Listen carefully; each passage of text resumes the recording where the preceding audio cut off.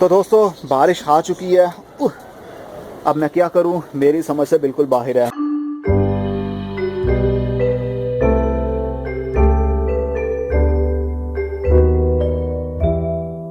अस्सलाम वालेकुम मेरे दोस्तों, सजनों और बेलियों। मैं हूँ इज़हार अहमद और वेलकम करता हूँ आपको किचन गार्डनिंग चैनल पर। और उम्मीद भी रखता हूँ कि आप सब लोग खैरियत से होंगे, फिटफाट होंगे, अच्छे से कामों में खूब अच्छे से बिजी होंगे। सितंबर का ओवरव्यू। बरसात का मौसम इस बार काफ़ी लेट शुरू हुआ और जिसकी वजह से बहुत ही प्रॉब्लम हो रही है मुझे भी और मेरे पौधों को भी। मेरे पौधों में जिसमें मैंने कंपोस्ट और कोकोपीट यूज़ किया हुआ उसके अंदर बहुत ही ज़्यादा प्रॉब्लम हो रही है, क्योंकि जब बारिश होती है तो पानी उसके अंदर खड़ा हो जाता है। खड़ा नहीं होता, लेकिन वो पानी को काफ़ी हद तक अंदर अपने स्टोर कर लेती है, जिसकी वजह से वो काफ़ी वेट रहती है और फंगस भी आने का ख़तरा होता है। और उसकी रूट्स पौधे की वो भी गल रही हैं। कटिंग जो लगाई थी वो भी फेल हो रही हैं और जो छोटे पौधे थे उनके लिए भी प्रॉब्लम हो रही है। जो बड़े पौधे होते हैं वो तो बर्दाश्त कर लेते हैं, लेकिन छोटे पौधे बर्दाश्त नहीं कर पाते। तो चलिए फिर कहाँ से शुरू करूँ, मुझे समझ नहीं लग रही। चलिए फिर यहीं से शुरू करते हैं, अपनी बड़ी क्यारी से। कुछ दिनों के बाद इस क्यारी का मेंटेनेंस का काम होगा, कंस्ट्रक्शन का काम होगा। कुछ इसको डेकोरेट करने के बारे में आपको बताऊंगा कि इसको किस तरह हम डेकोरेट कर सकते हैं। और मैं भी अगर मेरा माइंड चेंज हो गया तो इस एरिया में एक लंबी सी क्यारी बनाऊंगा और आप लोगों के साथ शेयर करेंगे कि हम किस तरह उसको बनाते हैं। कि मैं तो नहीं बनाऊंगा, लेकिन जो इंजीनियर बनाएगा वो आप लोगों के साथ शेयर करेगा कि आपने किस तरह वो करना है, अगर आप करना चाहते हैं तो इस क्यारी के अंदर बहुत से प्लांट्स लगे हुए थे, लेकिन मैंने सारे उखाड़ दिए और उसकी जगह पर मैंने इंडोर प्लांट्स प्लेस कर दिए हैं, जिसमें बैम्बू पाम भी है, जिसको कैन पाम बोलते हैं और बैम्बू पाम बोलते हैं। ये बहुत सारे बच्चे भी देता है और सेपरेट भी टाइम टू टाइम हम कर सकते हैं। ये देखिए, एक मैंने लगाया था और साथ में एक बच्चा भी निकल रहा है इसका, और ये भी एक लगाया था और इसके साथ भी एक निकल रहा था। ये देखिए, बहुत से ऐसे बच्चे निकलते रहते हैं। ये है वाइट वाला मनी प्लांट। इसकी मैंने अभी मेंटेनेंस का कोई भी काम नहीं किया, जैसे लाया था वैसे ही इसके अंदर मैंने रख दिया है। मैं चाहूँगा इसको चेंज करूँ किसी और पॉट में, ताकि इसकी अच्छे से ग्रोथ बढ़ा सकूँ। ये बहुत सेंसिटिव होता है, लेकिन ये काफ़ी हार्डी होता है, लेकिन ये बहुत ही नाजुक होता है। इसको इंडोर रखना पड़ता है या फिर शेडी एरिया में, इसको धूप से बचाना पड़ता है, फिर इसकी ग्रोथ होती है। और इसके पत्ते भी काफ़ी बड़े बड़े हो जाते हैं अगर अच्छे से केयर की जाए तो। स्पाइडर प्लांट को काफ़ी प्रॉब्लम हुई। इस वाले पॉट के अंदर मैंने फर्टिलाइज़र अप्लाई कर दिया था। जो लास्ट ओवरव्यू में मैंने आपको बताया था कि मैंने हर पौधे के अंदर, हर गमले में एक फर्टिलाइज़र यूज़ किया, जिसकी पोटेंसी मैंने ज़्यादा यूज़ कर ली थी, जिसकी वजह से बहुत से पौधे बर्निंग पर आ गए और बहुत से मर भी गए थे। मैंने आप लोगों के साथ शेयर किया हुआ है। ये वाला बिल्कुल मर गया था, क्योंकि सबसे पहले मैंने इसके अंदर ही हाफ़ टी स्पून डाला था, जो कि आई थिंक 10 गमलों की खुराक एक ही गमले में मैंने डाल दी, तो वो मर गया। अब इसकी जगह पर एक और मैंने नया लगा लिया है। इसकी ग्रोथ देखिए कितना शाइन कर रहा है और कितना प्यारा लग रहा है। जिसके अंदर मैंने फर्टिलाइज़र दिया था, इसकी ग्रोथ देखिए कितना डल सा फील हो रहा है। और इसके अंदर भी किया था, ये सारों के अंदर मैंने अप्लाई किया था। आप इसके कलर्स देखिए किस तरह फेड हो रहे हैं और बर्निंग पर भी आ रहा है। और ये देखिए कितना लाइट सा कलर है, खूबसूरत, कोई भी पत्ता डैमेज नहीं है, कितना खूबसूरत लग रहा है। इसका मतलब ये हुआ कि अगर आप कोई भी खाद यूज़ नहीं करते, आपके प्लांट की ग्रोथ, आपके प्लांट के पत्तों की ग्रोथ बहुत ही अच्छी रहेगी। और अगर आप यूज़ करते हैं तो बहुत ही कम पोटेंसी आपने यूज़ करनी है। अगर आप ओवर यूज़ कर लेंगे तो प्लांट की ग्रोथ बढ़ने की बजाय कम होने लगेगी। तो ये रहा हमारा मनी प्लांट, जिसके बारे में मैंने आपको बताया था आपने कोस्टिक किस तरह बनानी है। छोटे वाले पत्ते हैं इसके नीचे से, जैसे जैसे ये ऊपर जा रहा है और जैसे जैसे इसकी एरियर रूट इस जूट के अंदर जा रही हैं, वैसे वैसे पत्तों का साइज़ भी इंक्रीज़ होना शुरू हो गया है। और ऊपर से मैंने यहाँ से काट दिया था, क्योंकि मैं नहीं चाहता कि इससे ऊपर वाली साइड पर ये बढ़े। अब यहाँ तक ही ये रहेगा और फ्यूचर में जगह जगह से नई नई शूट्स निकलेंगी, ब्रांचेस निकलेंगी, तो उनको भी मैं इस जूट के साथ कवर करता जाऊँगा। और चलिए साथ में ये बताता हूँ आपको, ये है हमारा क्राइसूला प्लांट। ये मैंने कुछ दिन पहले ख़रीदा है। जो पहले वाला था वो तो ख़राब हो गया, जो पिछले साल लिया था, क्योंकि ये बहुत ही सेंसिटिव होता है और इसको शेडी एरिया पसंद है, बहुत कम पानी इसको अच्छा लगता है। लेकिन मैं रेगुलर पानी इसको दे देता था, जिसकी वजह से वो ख़राब हो गया। इस पौधे के बारे में मशहूर तो ये है कि जिस घर में हो उस घर में पैसे बहुत ही आते हैं। और एक मनी प्लांट के बारे में भी ऐसा ही कहा जाता है, जिस घर में होगा पैसे बहुत आएंगे। लेकिन मैं ऐसी बातों पर बिलीव ही नहीं करता। अगर पौधे रखने से ही पैसे आते हों तो जंगल फिर पैसों से ही भरा हो, पत्तों से नहीं। और अगर ऐसे पौधे घर में रखने से पैसे आते हों तो फिर कोई भी काम ना करे, 10-12 पौधे अपने घर में रख लीजिए और आराम से बैठ जाइए, पैसे खुद ब खुद ही आते रहेंगे। अजीब कॉन्सेप्ट है इस दुनिया का, अजीब सोच है। जब तक आप मेहनत नहीं करेंगे आप पैसे नहीं कमा सकते। घर बैठे कोई भी पैसा आपको नहीं देने वाला। तो चलिए, ये है मेरा अमरैंथस प्लांट। ये काफ़ी लंबा था, आपने देखा था, मैंने वीडियो बनाई थी लाल कलर वाला और ये ग्रीन पत्तों वाला। ये काफ़ी टाल था, मैंने इसको काटा और लंबी लंबी सी ब्रांचेस की कटिंग लगा ली। ये देखिए कटिंग लगा ली। अभी मैंने इनकी केयर नहीं की थी, जस्ट काटा, लंबी लंबी इसकी ब्रांचेस काटी और वैसे ही लगा दी। और देख सकते हैं आप, इनकी ग्रोथ शुरू भी हो चुकी है। कितना अच्छा है। तो ये बहुत ही आसानी से ग्रो हो सकता है अगर आप थोड़ी सी केयर कीजिए, क्योंकि इसको ज़्यादा पानी की ज़रूरत होती है। और ये रहा हमारा स्टारलाइट फाइकस। इसकी ग्रोथ काफ़ी अच्छी है, लेकिन इसको ज़्यादा पानी मिल रहा है। बरसात का मौसम है, जब पानी ज़्यादा मिलने लगे तो पत्ते इसके बर्न होने लगते हैं। जिस तरह ये आपको दिख रहे हैं, इसके एजिस एरिया ब्राउन हो रहे हैं, तो ये ओवर वाटरिंग की वजह से होता है। जितना कम पानी देंगे इसकी ग्रोथ उतनी ही अच्छी होती रहेगी। लेकिन ये शेडी एरिया का पौधा है हमारा। ये पीडीलैंथस, जिसको डेवल्स बैकबोन भी कहते हैं, इसको मैंने पॉट में लगा के इस क्यारी के अंदर लगा दिया है। इसकी ग्रोथ बहुत ही अच्छी चल रही है। इसकी मैंने बहुत सारी कटिंग्स भी लगाई हैं। ये देखिए, इन कप्स के अंदर मैंने कटिंग्स लगा दी हैं। ये भी बहुत जल्द शुरुआत हो जाएगी इनकी। मैंने 50% मिट्टी ली और 50% ही कोकोपीट लिया। उसको मिक्सअप करने के बाद उसके अंदर इन कटिंग्स को लगा दिया। और ये हमारा मनी प्लांट, इसकी कटिंग्स भी मैंने की, क्योंकि ये बहुत ही डी शेप हो रहा था। इसकी लंबी लंबी सी ब्रांचेस निकल रही थी बाहर वाली साइड पर, तो मैंने इनकी कटिंग्स को काटा और एज आ कटिंग लगा दिया। ये हैं वो कटिंग्स जिनकी ग्रोथ अच्छे से शुरू हो भी चुकी है, बहुत ही आसानी से। इसके अंदर भी मैंने 50-50 का कम्बिनेशन रखा। बादल आ चुके हैं, अभी मैं भी थोड़ी देर में ही बारिश बरसने लगेगी, आप बादल देख सकते हैं। और साथ में ये देखिए मेरी अलमंडा बेल, अलमंडा के ऊपर मैंने वीडियो बनाई थी कि हमने उसकी केयर किस तरह करनी है। इस पॉट के अंदर हमने शिफ्ट किया था, अगर आपको याद हो तो अब देखिए, आई थिंक ये 3 महीने का रिज़ल्ट होगा। 3 महीने में ये कहाँ से कहाँ तक पहुँच गई है। ज़रा देखिए, इस बैम्बू के साथ होती होती ऊपर वाली साइड पर चढ़ गई और इसकी ब्रांचेस देखिए कैसे लटकना शुरू हो गई हैं। इसका मतलब ये हुआ कि ये बहुत आसानी से बढ़ सकती है, लेकिन फुल ठंड में इसके पत्ते जड़ जाते हैं। और मैंने हाइड्रा वाइन को उतार कर हैंगिंग पॉट में लगी हुई थी, उसको मैंने इस क्यारी में लगा दिया है। अब इसकी नई नई शूट्स भी निकल रही हैं। ये देखिए नए पत्ते निकल रहे हैं और बहुत जल्द ये बड़ी भी हो जाएगी और लंबी भी हो जाएगी। ये प्लांट एयर प्योरीफायर भी होता है, मतलब हवा को साफ़ करता है, आपका माहौल अच्छा करता है। और कुछ गुलेदाउदी के पौधे जो बर्निंग पर आ गए थे ओवर फर्टिलाइज होने की वजह से, उनको मैंने उखाड़ा, कटिंग्स को लगा कर यहाँ पर शिफ्ट कर दिया। ये देखिए अब इन कटिंग्स का ग्रोथ जो है शुरू हो चुकी है। कितने सारे ही मैंने लगा लिए और कुछ मैंने इधर शिफ्ट कर दिए थे। गुलेदाउदी की ग्रोथ भी अच्छी चल रही है। और क्यारी के अंदर ही मैंने अंगूर की बेल को भी लगा दिया है। इसकी ग्रोथ देखिए कितनी लंबी हो चुकी है। ये सीडलेस अंगूर है, इसके अंगूर के अंदर बीज नहीं होगा। अच्छी ग्रोथ है। और इस क्यारी के अंदर मैंने टोटल 2 वाइन्स लगाई हुई हैं अंगूर की। एक तो बहुत पुरानी, जिसके ऊपर मैंने वीडियो बनाई थी, अब चढ़ती चढ़ती वो ऊपर वाली साइड पर भी चढ़ गई है। देखिए कितनी ज़बरदस्त इसकी ग्रोथ चल रही है। फ्यूचर में इसको फ्रूट लगेगा, मे बी नेक्स्ट ईयर से इसको फ्रूट लगना शुरू हो जाएगा, क्योंकि अभी सीज़न ऑफ हो रहा है। सर्दी के दिनों में सारे के सारे पत्ते इसके झड़ जाते हैं अगर इसको इसके ऊपर डायरेक्ट ओस पड़ती होगी। अगर शेड में होगा तो पत्ते नहीं झड़ेंगे, लेकिन इसको फ्रूट नहीं लगता सर्दी के दिनों में। बाहर के दिनों में इसको फ्लावरिंग भी शुरू हो जाएगी और उसके बाद में इसमें से फ्रूट बनना भी शुरू हो जाएगा।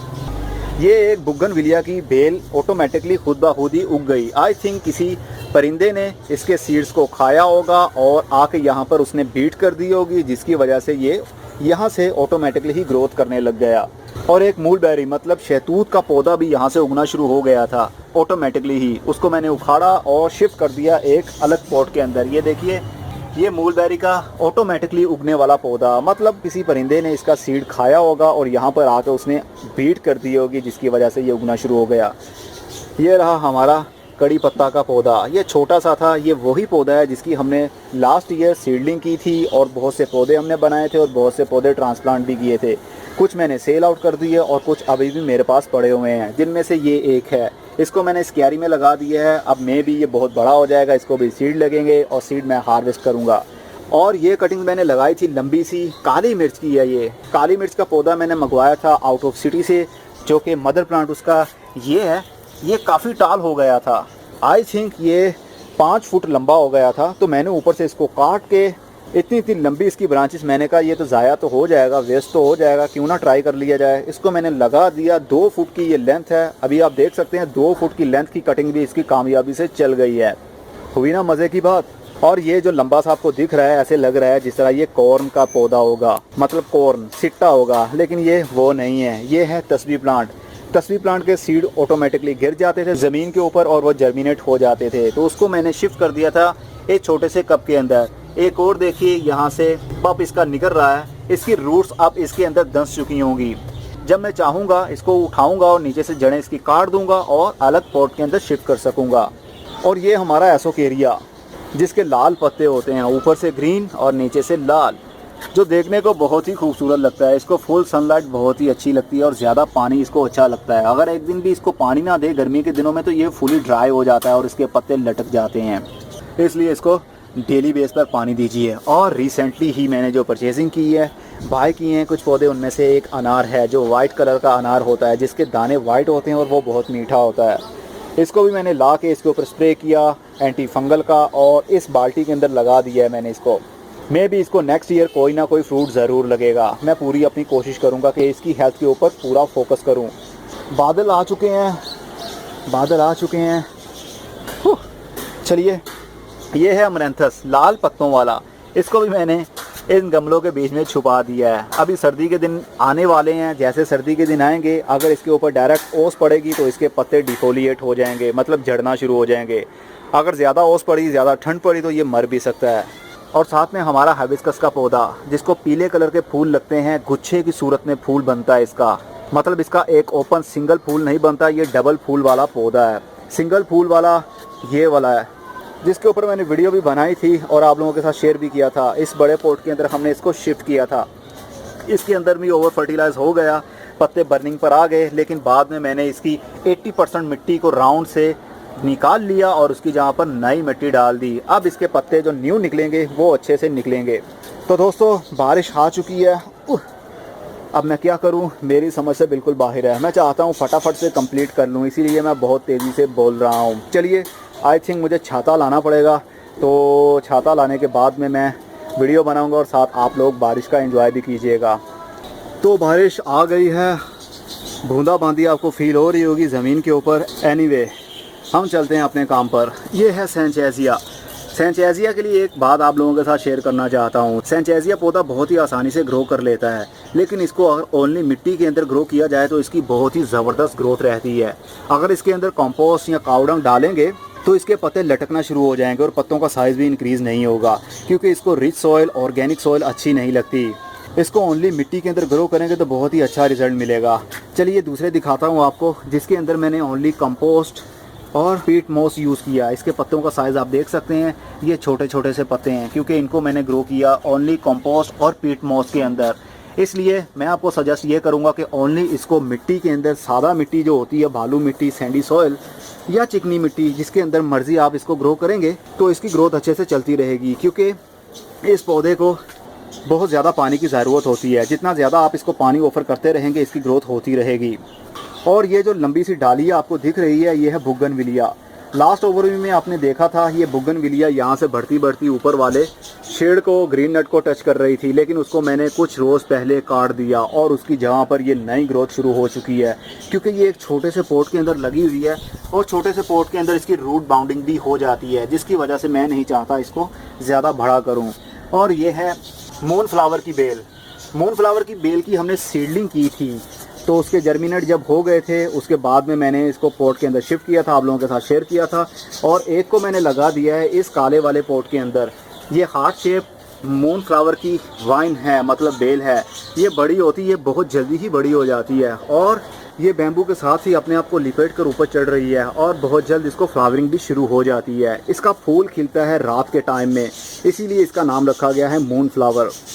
और ये कुछ पौधे मैंने तैयार किए हुए हैं फॉर सेल, देख सकते हैं। कुछ इनमें से मैंने सेल कर दिए थे, जिनमें अमरैंथस भी है और कोलियस भी है। और इनकी जो छोटी कटिंग मैंने लगाई थी, उनको अभी मैंने शिफ्ट नहीं किया है, जो कि ये छोटे से पॉट के अंदर लगी हुई हैं। बहुत जल्द ये जब बड़े हो जाएंगे थोड़े से, इनको भी मैं बड़े पॉट में शिफ्ट करूँगा और इनको भी सेल आउट कर दूँगा। अभी बारिश थोड़ी सी थम चुकी है, इसलिए मैं अपना छाता उतार देता हूँ और वीडियो बनाता हूँ, तब तक आप लोग भी इंजॉय कीजिए। ये है maple tree, Japanese maple tree, लाल पत्तों वाला पौधा। इसकी बहुत सारी मैंने कटिंग्स लगाई और बहुत सारी सेल भी की। अभी भी काफ़ी सारी कटिंग्स इसकी मैंने लगाई हुई हैं। इसको अगर आप कोकोपीट और कंपोस्ट के अंदर भी ग्रो करते हैं तो ये अच्छे से ग्रो कर लेता है। ये देख सकते हैं, ये कोकोपीट और कंपोस्ट के अंदर मैंने इनको लगाया हुआ है, तो इनकी ग्रोथ अच्छे से चल रही है। लेकिन बहुत ज़्यादा ऑर्गेनिक कंपोस्ट जिसके अंदर नाइट्रोजन होती है इसको अच्छी नहीं लगेगी। इसके पत्तों के ऊपर जो बर्निंग आप देख सकते हैं, ये नाइट्रोजन की ओवर यूजिंग की वजह से होता है। अगर आप ओनली कंपोस्ट के अंदर या काऊ डंग के अंदर इसको ग्रो करेंगे तो ये कभी भी नहीं होगी। इसलिए 80% पीट मॉस या फिर कोकोपीट और ओनली 20% काऊ डंग या फिर कंपोस्ट में मिक्स करके इसको लगाएंगे तो अच्छा रिजल्ट आपको देखने को मिलेगा। बहुत सारी कटिंग्स ही अभी बहुत सी सेल भी कर दी हैं। और अभी ये देखिए एक बड़े वाला जो ओनली मिट्टी के अंदर मैंने लगाया हुआ है, इसके अंदर कोई भी खाद यूज़ नहीं की। ये देखिए कितना टाल हो गया। आई थिंक ये 2.5 फुट का हो गया होगा। अगर मैं इसको यहाँ से काट देता हूँ तो ये बुशी बन जाएगा, जिस तरह के इसका मदर प्लांट है। जगह जगह से इसकी ब्रांचेस निकलेंगी। लेकिन अभी मैंने इसको कुछ कटिंग नहीं की इसकी, इसलिए टाल ही होता चला जा रहा है, लेकिन देखने को बहुत ही खूबसूरत लग रहा है। और ये है स्वीट पोटैटो वाइन, मीठी शकरकंदी इसको बोलते हैं। मतलब जिस तरह आलू होते हैं स्वीट पोटैटो, उसको हम उर्दू में शकरकंदी बोलते हैं। इसके नीचे शकरकंदी बन जाती है मिट्टी के अंदर, जिस तरह आलू बन जाते हैं, लेकिन इतनी जल्दी नहीं बनते। ये करीब 1 से 2 साल जब इसकी उम्र हो जाती है, उसके बाद में ये नीचे ट्यूलिप्स देना शुरू कर देता है, जिसको हम मीठे आलू कहते हैं। लेकिन ये बेल देखने को बहुत खूबसूरत लगती है। ये जो इसके पत्तों के ऊपर आपको कट्स दिख रहे हैं, ये होल्स दिख रहे हैं, ये बेसिकली स्लग ने इसको खाया है। कुछ दिन पहले ही इसको मैं नर्सरी से लेकर आया हूँ और ये न्यू ग्रोथ मेरे यहाँ पर आने के बाद में हुई है। उम्मीद करता हूँ अब ये इस टाइप की ग्रोथ ही बढ़ती रहेगी और ये पत्ते आहिस्ता आहिस्ता झड़ जाएंगे। ये काफ़ी लेंथी है। ये देखिए इसकी ग्रोथ ऊपर वाली साइड पर चढ़ रही है और बहुत जल्द ये ऊपर वाला एरिया भी कवर कर लेगी। और ये देखिए ये स्पैरागस के अंदर मैंने 2 एक्सपेरिमेंट किए हैं। एक तो ओनली कोकोपीट और कंपोस्ट के अंदर मैंने ग्रो किया और एक ओनली बालू मिट्टी के अंदर ग्रो किया। इसको ज़्यादा रिच सॉइल अच्छी लगती है, मतलब ऑर्गेनिक मैटर ज़्यादा अच्छा लगता है। आप खुद देख सकते हैं डिफरेंस इनमें दोनों में। इसके पत्ते कुछ पीले हैं और इसके पत्ते ज़रा देखिए, जो न्यू ग्रोथ हो रही है बिल्कुल डार्क ग्रीन में निकल रहे हैं। इसका मतलब ये कंपोस्ट और कोकोपीट के अंदर आप इसको लगाते हैं तो बहुत ही अच्छा रिजल्ट मिलेगा।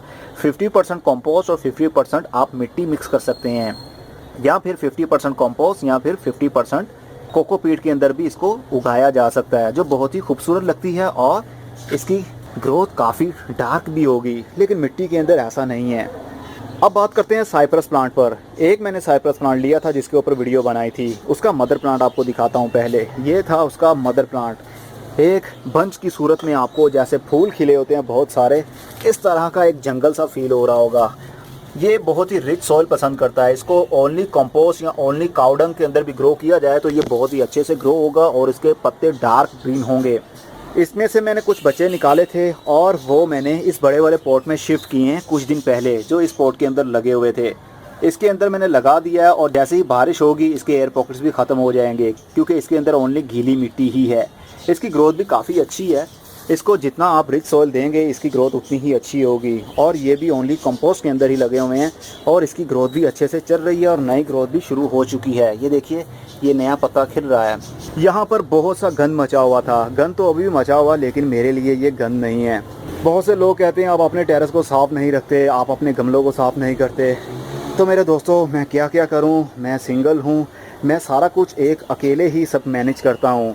सारे पॉट्स को जितने भी पौधे होते हैं सारों का मेंटेनेंस काम सिर्फ मैं अकेला ही ऐसा बंदा हूँ पूरे घर में, जो मैं खुद करता हूँ। जो एक्स्ट्रा पौधे हो जाते हैं उनको मैं सेल आउट कर देता हूँ और कुछ को मैं शिफ्ट कर देता हूँ दूसरी छत के ऊपर। अभी वहाँ पर लेकर चलता हूँ आपको। तो ये करीब 1 महीना हो गया मुझको यहाँ पर सेटिंग करते करते। लास्ट ओवरव्यू अगर आप देखेंगे तो आपको पता चल जाएगा, ये वीडियो के ऊपर लिंक आ रहा है, आप लास्ट ओवरव्यू देखिए, आपको पता चल जाएगा क्या क्या सेटिंग मैंने की है। पिछले मंथ क्या गंद पड़ा हुआ था यहाँ पर और अब क्या सेटिंग मैंने की है। ये मैंने बड़े पोट एक साइड पर कर दिए हैं, दीवारों के साइड पर एक बड़े पोट मैंने शिफ्ट कर दिए हैं, जिसके अंदर मिर्ची का पौधा भी है, जिसके अंदर बैंगन के 3 पौधे भी हैं और अनार का भी है, लाल अनार जिसको कहते हैं वो भी है। और कड़ी पत्ता को मैंने बड़े पोट के अंदर शिफ्ट कर दिया है। और ये हमारा हाइबिस्कस पीले फूलों वाला सिंगल फूल वाला, और वो जो कलियां आपको दिख रही हैं वो है डबल हाइबिस्कस पीले फूलों वाला। और ये है ग्रे फ्रूट की काफ़ी ऊपर से लेंथ बढ़ गई थी, मैंने उसको ऊपर से काट दिया क्योंकि मैं चाहता हूँ इसका ट्रंक ज़्यादा मोटा हो। और फ्यूचर में आने के लिए ये तैयार हो जाए।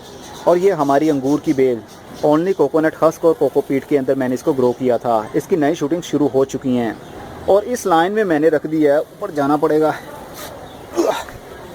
इस लाइन में मैंने गुलाब के पौधे लगा दिए हैं जिसकी कलियां अभी भी खिली हुई हैं और बहुत से फूल भी खिल रहे हैं। लोग कहते हैं हमारे फूल गर्मी में नहीं खिलते, लेकिन देखिए मेरे गर्मी के दिनों में भी खिलते ही रहे। पूरा साल ये इसी तरह फ्लावरिंग करते रहे हैं। सिर्फ़ और सिर्फ इनकी केयर ये है कि आप इनको टाइम से पानी दें, बहुत ज़्यादा पानी मत दें, और जो फूल खिल जाए, जिस तरह ये खिलने के बाद में मुरझा गया है, यहाँ से आप 1 इंच नीचे तक इसकी कटिंग कर दें, मतलब ट्रिमिंग कर दें, तो यहाँ से फ्यूचर में 2 और ब्रांचेस भी निकलेंगे जिसको और भी फूल लगेंगे। ये तरीका होता है अपने गुलाब की केयर करने का और उसकी ग्रोथ को मल्टीप्लाई करते करते कितना सारा बड़ा आपका पौधा हो सकता है। लेकिन गुलाब के पौधे को ज़्यादा टाल नहीं करना। अगर ज़्यादा लंबी ब्रांचेस हो जाएंगी, 5 से 6 फुट की ब्रांचेस ही हो जाएंगी ओनली, तो उसको फूल कभी भी नहीं लगेंगे। इसलिए जितनी हो सके आप उसकी हाइट छोटी रखेंगे तो मोटी ब्रांचेस को फूल लगते रहेंगे। इसके साथ ये माल्टे का पौधा भी है जिसको मैंने कंपोस्ट के अंदर ग्रो किया हुआ है, और आहिस्ता आहिस्ता आते आते ये फालसे का पौधा है। इसके ऊपर मैं वीडियो बनाऊंगा लेकिन अभी नहीं। जब ये इसका सीज़न शुरू होगा, इसको फूल लगे होंगे, फ्रूटिंग पर आएगा, तब मैं आप लोगों के साथ शेयर करूंगा। और ये हमारा एक ज़ोरा पीले फूलों वाला, अभी बहुत गर्मी है लेकिन फिर भी ये ग्रोथ कर रहा है। मतलब ये गर्मी में ही ग्रोथ करता है, सर्दी के दिनों में इसको फूल नहीं लगते। यहाँ पर बेसिकली शेडी एरिया है। ये आप ग्रीन नेट देख रहे हैं, यहाँ पर जो धूप आती है वो फिल्टर होकर आती है। और कुछ पौधे ऐसे होते हैं, फूलों वाले पौधे ख़ास तौर पर ऐसे होते हैं जिनको डायरेक्ट धूप कुछ घंटों के लिए डेली मिले तो उसको अच्छे से फ्लावरिंग भी होती है। लेकिन कोई बात नहीं, फ्लावरिंग तो हो रही है, पीली पीली सी बर्ड आपको दिख रही हैं, खिल जाएंगी ये भी। और बहुत से यहाँ पर एक टब था, टब के अंदर बहुत सारे ये पत्थर चट्टा के पौधे लगे हुए थे और इसको मैंने रिसेंटली ही काट दिया। ये देख सकते हैं, कटिंग कर दी मैंने। इसके अंदर एलोवेरा भी लगाए हुए हैं। एलोवेरा के बहुत सारे पौधे मेरे पास हो गए हैं। बहुत जल्द मैं इसके ऊपर वीडियो बनाऊंगा। कुछ ये हैं, कुछ ये हैं, और कुछ उधर पड़े हुए हैं, और कुछ दूसरी छत पर भी पड़े हुए हैं। अभी वो भी आपको दिखाऊंगा। ये है छोटे छोटे से मेरे गुले दाऊदी के पौधे जो मैंने कटिंग से थ्रू ही ग्रो किए हैं। एक मेरे पास पौधा था जो लास्ट ईयर मैं लेकर आया था, मतलब 4 पौधे थे या 3 टाइप के पौधे थे। वाइट था, पिंक था और रेड था। तो उन तीनों में से मैंने कटिंग लगा के कितने सारे पौधे ही बना लिए हैं। और ये है रिबन ग्रास। रिबन ग्रास देखने को बहुत ही खूबसूरत लगती है। इसके देखिए फूल भी खिल रहे हैं, इसके अंदर से सीड्स भी निकलेंगे। ये भी बहुत ही आसानी से ग्रो करती है, इसको कम पानी की ज़रूरत होती है। ये हैंगिंग पॉट में लगाएं तो बहुत खूबसूरत लगता है। लेकिन स्पाइडर प्लांट की तरह इसके अंदर ट्यूलिप्स नहीं बनते। स्पाइडर प्लांट के अंदर आपने देखा होगा इसकी जड़ें मोटी मोटी सी हो जाती हैं, लेकिन इसके अंदर ऐसा नहीं है। इसकी ब्रीक ब्रीक सी रूट सी रहती हैं, ट्यूलिप्स नहीं बनते, जो कि काफ़ी अच्छी बात है। और ये यहाँ पर कुछ सेकुलेंट्स मैंने लगाए हुए हैं। मेरा बिगोनिया प्लांट देखिए, लास्ट ईयर आई थिंक 1.5 साल हो गया इसको, अभी तक मेरे पास ज़िंदा है। इवन के गर्मी के दिन भी इसने बहुत देखे। अब सर्दी के दिन आने वाले हैं और इसकी ग्रोथ का सीज़न भी शुरू होने वाला है। जितना आप इसको कम पानी देंगे इसकी ग्रोथ उतनी ही अच्छी रहेगी। यहाँ पर कुछ कटिंग्स लगाई हुई हैं, यहाँ पर कुछ सेकुलेंट्स प्लांट रखे गए हैं, कुछ स्पाइडर प्लांट भी हैं। और ये देखिए जो हमने लीची के सीडलिंग की थी उसके पौधे, 1 और ये 2 और ये 3, ये कुछ दिन पहले मैंने छोटे गमलों के अंदर से निकाल के, वाइट कलर के इस तरह के कप थे, इसके अंदर हमने सीडलिंग करने के बाद में ट्रांसप्लांट किया था। अब मैंने इसको कुछ दिन पहले ही शिफ्ट किया है, 80% मिट्टी और 20% कंपोस्ट का मिक्सचर बनाकर। एक का सीड बहुत नाजुक था, मैंने इसके अंदर लगा दिया, आई थिंक वो फेल्ड हो चुका होगा। एनीवेज, ये बहुत सी कटिंग्स हैं। और ये रही बोस्टन फर्न। इसको जितना आप कम पानी देंगे और जितनी धूप ज़्यादा प्रोवाइड करेंगे इसकी ग्रोथ उतनी ही ज़्यादा होगी और इसके पत्ते भी ग्रीन रहेंगे। अगर इसको आप परमानेंट शेडी एरिया में रख देते हैं और पानी ज़्यादा देंगे तो इसकी ग्रोथ रुक जाएगी और ये गलना शुरू हो जाएगी और इसके पत्ते भी ब्राउन होना शुरू हो जाएंगे। इसलिए जितना हो सके इसको कम पानी दीजिए। मैपल लीव्स की कटिंग मैंने यहाँ भी लगा दी थी, आप देख सकते हैं इनकी ग्रोथ भी शुरू हो चुकी है और ये कितना बड़ा भी हो गया है। छोटी छोटी सी अभी भी हैं जो रिसेंटली ही मैंने लगाई थी और इनकी कटिंग भी जल्दी ही शुरुआत हो जाएगी। ये मनी हार्ट प्लांट, इसको मैंने कुछ दिन पहले बड़े पॉट के अंदर शिफ्ट कर दिया है मिट्टी भरने के बाद में। मैं चाहता हूँ ये ज़रा ज़्यादा हो और इसकी ब्रांचेस भी ज़्यादा निकलें तो मैं इसको मल्टीप्लाई भी कर सकूँ, क्योंकि ये अभी सिंगल ब्रांच है लेकिन देखने को काफ़ी खूबसूरत लग रहा है। अगर एक एक पौधे के ऊपर भी मैं डिस्क्राइब करना शुरू करूं तो मेरा ख्याल ये है कि 2 घंटे की वीडियो बन जाएगी, जो कि मैं नहीं चाहता, क्योंकि आप जितनी ज़्यादा लंबी वीडियो देखेंगे आप बोर होते चले जाएंगे। तो मेन मैं प्लांट आपको दिखा देता हूँ जिसके बारे में बताना ज़रूरी है। ये है हमारा बैम्बू प्लांट, असली बैम्बू प्लांट, मतलब बांस वाला पौधा। ये जो स्टिक आपको दिख रही है ये बांस बनता है। जो आपको अक्सर झंडे जिसके ऊपर लगे होते हैं, जो स्टिक आप देखते हैं, वो यही स्टिक्स होती हैं। फ्यूचर में ये मोटी हो जाएंगी अगर हम इसको ज़्यादा वाइड एरिया देते हैं। तो इसके ऊपर मैं एक सेपरेट वीडियो बनाऊँगा जो देखने को काफ़ी खूबसूरत भी लग रहा है। और बहुत से लोगों की शिकायत होती है कि हमारे रात की रानी के पौधे के पत्ते भी मुड़े रहते हैं और उसको फ्लावरिंग भी नहीं होती। लेकिन मैं आपको अपना प्लांट दिखाना चाहता हूँ। इसकी ज़रा बडिंग चेक कीजिए, हर जगह से हर ब्रांच के ऊपर आपको फूलों की कलियाँ ही दिखेंगी। और इसके पत्ते भी देखिए किस तरह अच्छे से ग्रोथ कर रहे हैं। मिर्ची के पौधे के ऊपर और रात की रानी के पौधों के पत्ते के ऊपर एक पेस्ट बहुत ही ज़्यादा अटैक करता है जिसका नाम है वाइट फ्लाई और एफर्स। ये दो ऐसे कीड़े हैं जो अंडे देते हैं और बैक साइड पर इसके बच्चे चिपक जाते हैं और इसका रस चूसते रहते हैं और पत्ते आहिस्ता आहिस्ता से इस तरह मुड़ जाते हैं। उसकी वजह से पौधे की ग्रोथ भी रुक जाती है और फूल भी नहीं लगते। तो उसको कैसे बचाया जाए, उसके लिए 2 स्प्रे मैं आपको रिकमेंड करता हूँ। एक तो अमीडा क्लोपिड यूज़ करने से वाइट फ्लाई मर जाते हैं और एफर्स भी मर जाते हैं। और दूसरा थायोफनेट, ये इंडिया में भी मिल जाते हैं और पाकिस्तान में भी मिल जाते हैं। थायोफनेट एंटी फंगल होता है जो फंगस की बीमारी को रिमूव करने के लिए काम आता है। दोनों का मिक्सर बना लीजिए, दोनों का हाफ टीस्पून 5 लीटर पानी के अंदर मिक्स कीजिए और हर 5 से 6 दिन के बाद पौधों के ऊपर स्प्रे कीजिए। हर टाइप के पौधे के ऊपर आप स्प्रे कर सकते हैं इसी क्वांटिटी के हिसाब से। जब पौधे की हेल्थ अच्छी हो जाएगी, जब पौधों के ऊपर कोई बीमारी नहीं आएगी, तो पौधा भी खुश होगा और वो फ्लावरिंग पर भी जल्दी आएगा, क्योंकि पौधा पत्तों से ज़्यादा खुराक बनाता है। जब सूरज की धूप पत्तों के ऊपर पड़ती है तो फोटोसिंथेसिस का अमल जारी होता है, मतलब धूप से पत्ते खुराक बनाते हैं। और जब खुराक ही नहीं बनेगी पत्तों से कीड़ों की वजह से, तो फिर पत्ते की ग्रोथ नहीं होगी और इसका मतलब पौधे की ग्रोथ नहीं होगी और उसको फूल भी नहीं लगेंगे। और ये देखिए कोलियास के पत्ते झुक रहे हैं, लटक रहे हैं। इसकी रीज़न है क्योंकि बारिशों के दिन है और इसको ज़्यादा बारिश का पानी अच्छा नहीं लगता और इसको अगर वेट कर दें तो चलेगा, लेकिन शेडी एरिया में ये अच्छे से ग्रोथ नहीं करता, क्योंकि इसको जितनी ज़्यादा धूप प्रोवाइड करेंगे इसके पत्तों का कलर उतना ही डार्क होगा और जो देखने को खूबसूरत लगेगा और पत्ते भी स्टैंड रहेंगे, जिस तरह के मेरे ये वाले कोलियास के दिख रहे हैं। क्योंकि इस एरिया में पूरा दिन धूप आती है और इस एरिया में सिर्फ 1 से 2 घंटे ही धूप आती है, जो कि 2 दिन से नहीं आ रही, इसलिए इसके पत्ते झुक गए हैं। लेकिन ये मरा नहीं है। जब भी ऐसी सिचुएशन हो और पानी भी आप दे रहे हो तो समझ जाइएगा धूप की कमी की वजह से कोलियास के पत्ते झुक रहे हैं। या फिर ओवर फर्टिलाइज अगर करते हैं आप तब भी ऐसी ही प्रॉब्लम होती है, लेकिन ये प्रॉब्लम सूरज की धूप की कमी की वजह से है। ये हमारा लेमन का पौधा है जिसको मैंने रिपोर्ट करके बताया था आपको। 2 वीडियोस बनाई थी, एक मैंने इसकी केयर के ऊपर बनाई थी और दूसरी हमने इसको रिपोर्ट करने पर बनाई थी। अब इसके नए पत्ते जो आप देख सकते हैं कितने डार्क ग्रीन निकल रहे हैं और हेल्दी निकल रहे हैं। जो ओल्ड पत्ते हैं वो तो ड्राई हो रहे हैं, लेकिन नई इसकी शूटिंग बहुत ही ज़बरदस्त और कमाल की ग्रोथ है। अब इस वक्त इसको ज़रूरत है फुल धूप की, लेकिन इस एरिया में ज़्यादा धूप नहीं आ पाती।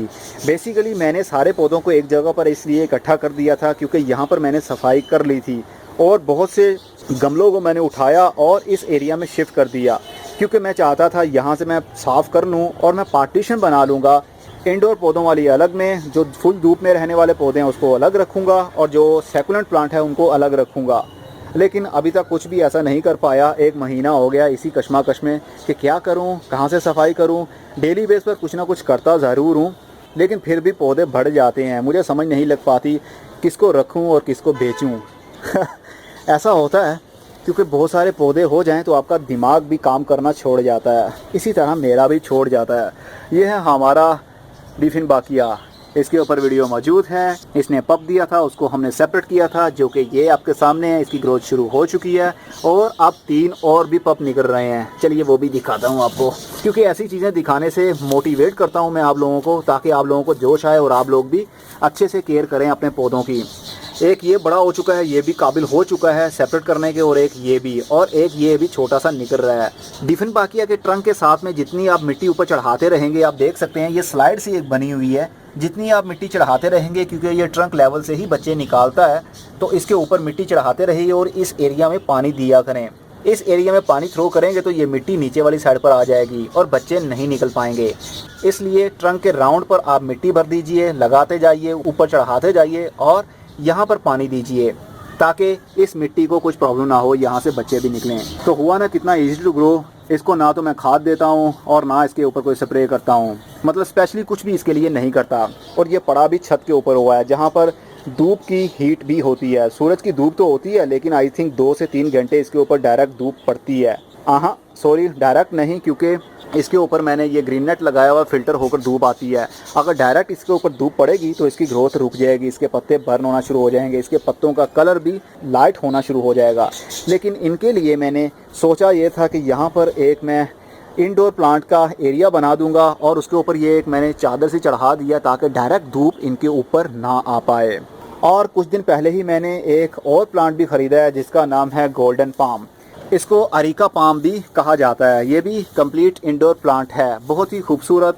अगर ये छोटे छोटे से जिस तरह अभी ये बच्चा दे रहा है, इस टाइप के बड़े से गमले में 10 से 12 बच्चे निकले हों और वो ग्रोथ कर रहे हों तो देखने को बहुत ही खूबसूरत व्यू लगेगा, जिस तरह जंगल का व्यू हो, जैसा कि ये व्यू आप देख सकते हैं। और एचीवेरिया प्लांट की ग्रोथ भी हो रही है। रिसेंटली मैंने इसको बड़े पॉट में शिफ्ट किया और इसको बारिश के पानी से भी बचाना बहुत ज़रूरी है, क्योंकि एचीवेरिया प्लांट और सेकुलेंट प्लांट और कैक्टस प्लांट को बहुत ही कम पानी की ज़रूरत होती है। अगर ज़्यादा पानी इसके अंदर खड़ा रहेगा तो इसका जो ट्रंक है वो गल जाएगा, रूट्स भी गल जाएंगे और पौधा मर जाएगा। इसलिए जितना हो सके आप कम पानी दीजिए। बहुत सी सफाई यहाँ से भी मैंने की। अभी आपको एक तरतीब में एक सीक्वेंस में पॉट पड़े हुए दिख रहे होंगे। बहुत से पौधों को मैंने रीपोर्ट भी किया और ये है हमारा मेंथोल का पौधा।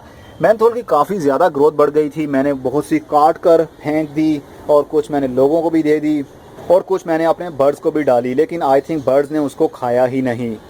मैंने सोचा था बर्ड्स खाएंगे लेकिन वो ये नहीं खाते। और ये देखिए हमारा अदरक, अदरक के ऊपर जो वीडियो बनाई थी, ये देखिए इसके पत्ते कितने कितने बड़े हो गए हैं। अभी ये शेडी एरिया में पड़ा हुआ है, इसके ऊपर डायरेक्ट धूप नहीं आती, इसके ऊपर डायरेक्ट बारिश का पानी भी नहीं आता। और ये देखिए एक और बेल है, ये हार्ट शेप, इसका नाम है होया वाइन।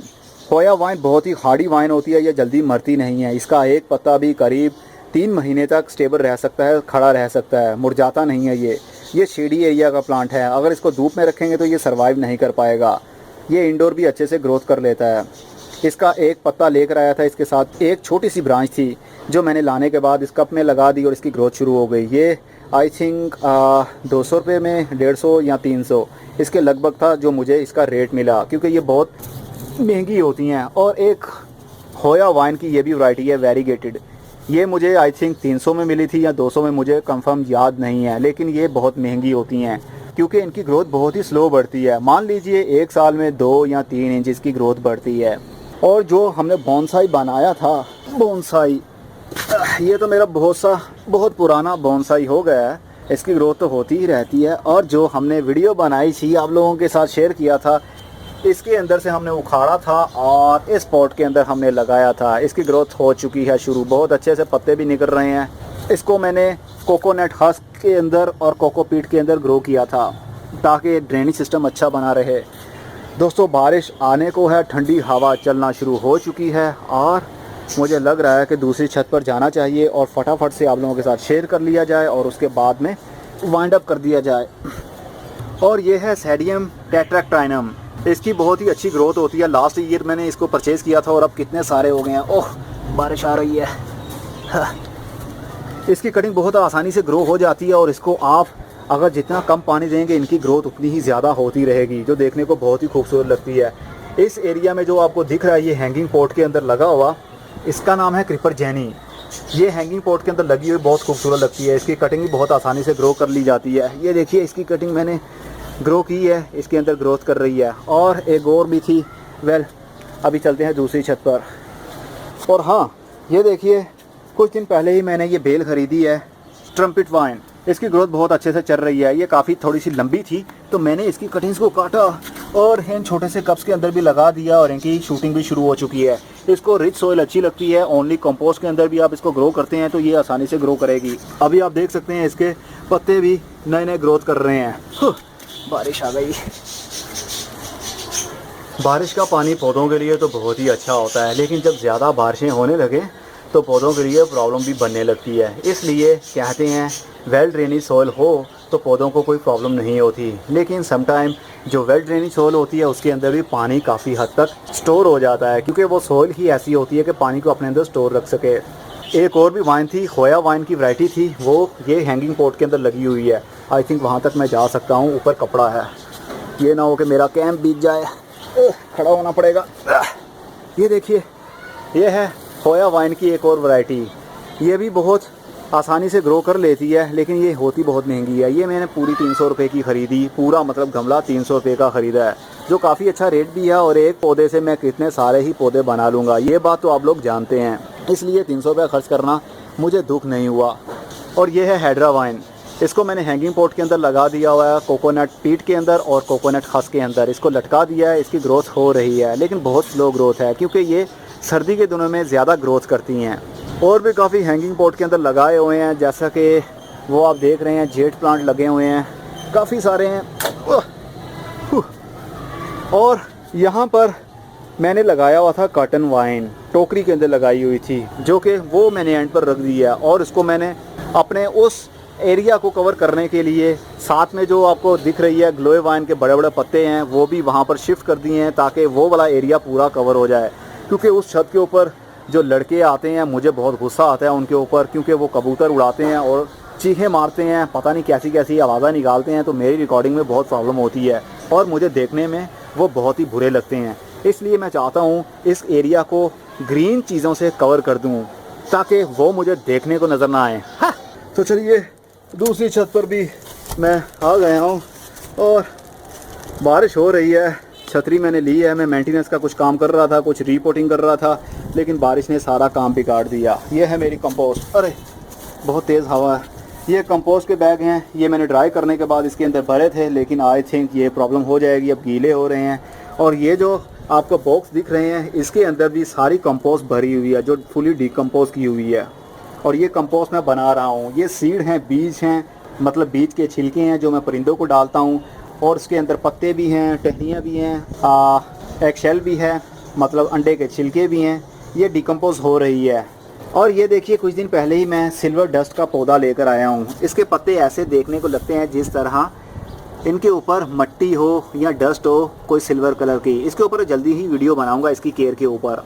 ये हमारा एडेनियम प्लांट, मैंने इसकी परसों यहाँ से कटिंग कर दी थी, क्योंकि ये काफ़ी टाल हो रहा था। यहाँ से कटिंग करने के बाद एज आ कटिंग मैंने उसको ग्रो कर दिया है, मे बी कि वो अपनी जर्मिनेशन मतलब अपनी रूटिंग स्टार्ट कर पाए। यहाँ पर कुछ गुले दाऊदी के पौधे मैंने सेपरेट किए हुए हैं, जो सेल के लिए होंगे, जिनको मैं सेल आउट करूँगा। और कुछ मैंने सकुलेंट प्लांट भी यहाँ पर लगा दिए हैं, जिनकी फ्यूचर में ग्रोथ हो जाएगी। ये है हमारा मिर्ची का पौधा, इसके ऊपर भी वाइट फ्लाई ने अटैक किया था, इसके ऊपर भी मैंने अमीडा क्लोपिड का स्प्रे किया थायोफेनेट मिक्स करने के बाद में। ये है हमारा अमरूद का पौधा, जिसकी ग्रोथ काफ़ी ज़्यादा बढ़ चुकी है। और ये है हमारा चीकू का पौधा। चीकू का पौधा बहुत ही आसानी से ग्रो हो जाता है, इसको ज़्यादा पानी की ज़रूरत नहीं होती। इसके ऊपर मेरी वीडियो बन चुकी है और बहुत जल्द वो आप लोग देख सकेंगे कि इसकी केयर हमने किस तरह करनी है। ये हमारा एलोवेरा, यहाँ पर भी देखिए कितने सारे एलोवेराज हैं, और यहाँ पर भी कितने सारे एलोवेरा हैं इस पॉट के अंदर। और ये हमारा रेड हाइबिस्कस, इसको बहुत ज़्यादा फ्लावरिंग होती है। हाइबिस्कस को जितनी रिच सॉइल आप देंगे, मतलब ऑर्गेनिक मैटर जितना आप देंगे इनकी ग्रोथ के लिए, इसकी फ्लावरिंग के लिए, उतना ही अच्छा होगा, क्योंकि इसको रिच सॉइल अच्छी लगती है। और इसको ज़्यादा पानी भी दिया करें, कम पानी देने से इसके पत्ते और टहनियाँ लटक जाती हैं, इसलिए इसको डेली बेस पर पानी दीजिए गर्मी के दिनों में। अगर सर्दी के दिनों में हो तो आप 1 से 2 दिन का गैप भी डाल सकते हैं। और ये है कोकोपीट का ब्लॉक, 5 kg वाला ब्लॉक था, इसके ऊपर मेरी वीडियो बन चुकी है, मे बी कि आपने देख ली हो, नहीं देखी तो 1 से 2 दिन में वो अपलोड हो जाएगी। हम सोइल किस तरह बनाएं उसके ऊपर वीडियो होगी। तो ये तो था आज का ओवरव्यू, मतलब सितंबर के महीने का ओवरव्यू। मुझे उम्मीद है कि आपको अच्छा लगा होगा ये सब देखकर, और आपने एंजॉय भी किया होगा। बारिश का मौसम भी, ठंडी ठंडी हवा भी आपने फील की होगी। झंडा आप देख सकते हैं किस तरह वो फ्लैग हिल रहा है, ठंडी हवा चल रही है, आसमान के ऊपर बादल भी है और सूरज की धूप भी है। अब मैं चलता हूँ, अगली वीडियो में फिर किसी नई इन्फॉर्मेशन के साथ मिलेंगे। तब तक के लिए good bye, see you and tata, और अपना बहुत सा ख्याल रखिएगा। और वीडियो को लाइक करना मत भूलिएगा और शेयर करना भी मत भूलिएगा।